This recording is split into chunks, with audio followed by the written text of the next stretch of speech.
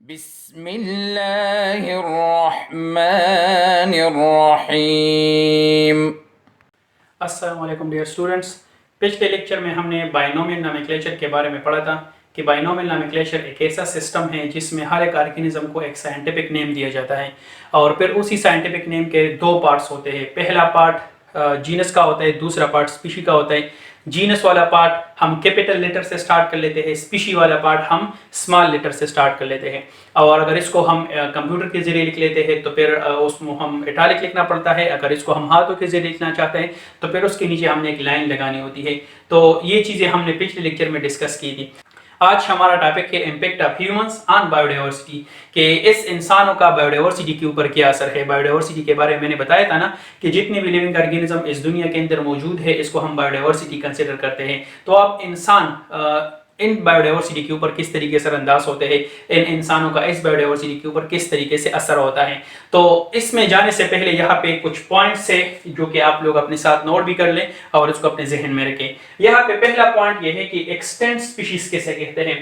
تو extent species کا مطلب یہ ہے کہ وہ سپیشیز جو کہ اس دنیا میں ابھی نہیں رہے، no longer live anywhere on earth، دنیا میں کہیں بھی یہ موجود نہیں ہے، اس کو ہم کہتے ہیں extent species. For example dinosaurs وغیرہ جو کہ پہلے زمانے میں ہوا کرتے تھے لیکن آج کل وہ موجود نہیں ہے۔ تو وہ سپیشیز جو کہ پہلے تھے اس دنیا کے اندر موجود تھے لیکن ابھی وہ دنیا سے ختم ہو چکے ہیں، اس کو ہم کہتے ہیں ایکسٹینٹ سپیشیز۔ اس کے بعد آتا ہے انڈینجرڈ سپیشیز۔ انڈینجرڈ سپیشیز وہ سپیشیز ہے جو کہ بہت زیادہ کم رہ گئے ہیں مقدار میں اور بہت زیادہ جلدی وہ بھی ختم ہو جائیں گے، اس کو ہم کہتے ہیں انڈینجرڈ سپیشیز۔ ایکسٹینٹ سپیشیز مکمل ختم ہو چکے ہیں، انڈینجرڈ سپیشیز وہ سپیشیز جو کہ ختم ہونے کے قریب ہے، جو کہ اس کیٹیگری میں آنے والے ہیں، ایکسٹینٹ سپیشیز میں وہ شامل ہونے والے ہیں، مطلب یہ ہے کہ ختم ہونے والے ہیں۔ اس کے ساتھ ساتھ تھریٹنڈ سپیشیز وہ سپیشیز ہوتے ہیں جس کو خطرہ ہے، جو کہ انڈینجرڈ والے کیٹیگری میں جا سکتے ہیں، اس والے کیٹیگری میں جا سکتے ہیں، انڈینجرڈ ہونے کے قریب ہے، ختم ہونے کے قریب ہے، اس کو ہم کہتے ہیں تھریٹنڈ سپیشیز۔ یہاں پہ کچھ ایگزامپل میں نے لکھے ہیں کہ فار ایگزامپل پاکستان کے اندر لائن، ٹائیگر، چیتا والے یہ سپیشیز پاکستان سے تقریباً ایکسٹینڈ ہو چکے تھے، یہاں سے ختم ہو چکے ہیں، اور اس کے مقابلے میں جو چھلوزا اور سنوبر والے ٹریز ہوتے ہیں نا، یہ ابھی پاکستان میں موجود ہے لیکن بہت زیادہ کم موجود ہے، اور اس کو ہم انڈینجرڈ سپیشیز کہتے ہیں، کہ مطلب یہ ہے کہ بس کچھ سالوں کے اندر اگر اس کا صحیح خیال نہیں رکھا گیا تو کچھ سالوں کے اندر وہ بھی وہاں سے ختم ہو جائیں گے۔ اس کے بعد پاکستان میں تقریباً 31 سپیشیز آف میمل، یہ اس پی پی میں نے لکھا ہے، اس کا مطلب ہے species, 31 species of mammal, 20 species of birds and 5 reptile species, یہ سارے انڈینجرڈ ہے ایسے، اور اس میں پھر کچھ چیلوزا اور سنوبر والے آتے ہیں۔ تو 31 species of mammal, 20 species of birds and 5 species of reptiles, یہ ختم ہونے کے قریب ہے، یہ انڈینجرڈ کنسیڈر کیے جاتے ہیں۔ میں دوبارہ بتا دیتا ہوں، ایکسٹینٹ سپیشیز وہ ہوتے ہیں جو کہ ختم ہو چکے ہیں، اس دنیا میں بھی موجود نہیں ہیں۔ انڈینجرڈ سپیشیز وہ ہوتے ہیں جو کہ ختم ہونے کے قریب ہے، جو کہ ایکسٹینکٹ والے کیٹیگری میں ابھی جا رہے ہیں، اور اس کے ساتھ ساتھ تھریٹنڈ سپیشیز وہ ہے جو کہ جس کو خطرہ ہے کہ یہ بھی بہت زیادہ جلدی انڈینجرڈ ہو جائیں گے، بہت زیادہ اس دوسرے والے کیٹیگریز میں یہ آ جائیں گے۔ اس کے بعد ہم اپنے ٹاپک کی طرف آتے ہیں کہ انسانوں کا اس بایو ڈائیورسٹی کے اوپر کیا اثر ہوتا ہے۔ تو یہاں پہ سب سے پہلا جو پوائنٹ آتا ہے وہ یہ ہے کہ habitat loss and deforestation. Deforestation انسان کرتے ہیں اور اس کی وجہ سے بہت زیادہ آرگینزمز کی رہنے کی جگہ ختم ہو جاتی ہے۔ ڈیفارسٹریشن کسے کہتے ہیں؟ Removal of trees. جتنے بھی ٹریز اگر موجود ہیں، اگر اس کو ہم کاٹ دیتے ہیں اور اس کی جگہ کوئی ہاسپٹل بنا دیتے ہیں، کوئی اسکول بنا دیتے ہیں، کوئی سڑک بنا دیتے ہیں، تو اس کو ہم کہتے ہیں کہ یہاں پہ ڈیفارسٹریشن ہو گیا۔ تو removal of trees is known as deforestation. اب ہیبیٹیٹ لاس کسے کہتے ہیں؟ ہیبیٹیٹ لاس کا مطلب ہے ڈسٹرکشن آف نیچرل ہیبیٹیٹ۔ جب ڈیفارسٹریشن ہم کریں گے، آپ سب کو پتا ہے کہ جنگلات کے اندر بہت زیادہ قسم کے اسپیشیز موجود ہوتے ہیں، وہاں پہ پائے جاتے ہیں، رہتے ہیں۔ تو اگر ہم ان جنگلات کو ختم کریں گے تو اس کے رہنے کی جگہ ختم ہو جائے گی نا۔ ہیبیٹیٹ کا مطلب ہے اس آرگینزم کی رہنے کی جگہ، جہاں پہ ہم آرگینزم رہتے ہیں، جہاں پہ پلانٹس رہتے ہیں، جہاں پہ اینیملز رہتے ہیں۔ تو اگر ہم ان پلانٹس کو ریموو کر لیں تو ان پلانٹس کے اندر جتنے بھی اسپیشیز موجود ہوں گے، جتنے بھی آرگینزم موجود ہوں گے، جتنے بھی اینیملز موجود ہوں گے، اس کے رہنے کی جگہ ختم ہو جائے گی۔ تو یہ کام کون کرتا ہے؟ یہ بھی انسان کرتے ہیں، اور انسان اس کو کیوں کر رہا ہے؟ کیونکہ ظاہر سی بات ہے آبادی بہت زیادہ انکریز ہو رہی ہے دن بدن، اور ہر ایک انسان کو چاہیے خوراک، اور اس کو رہنے کی جگہ بھی چاہیے۔ تو اس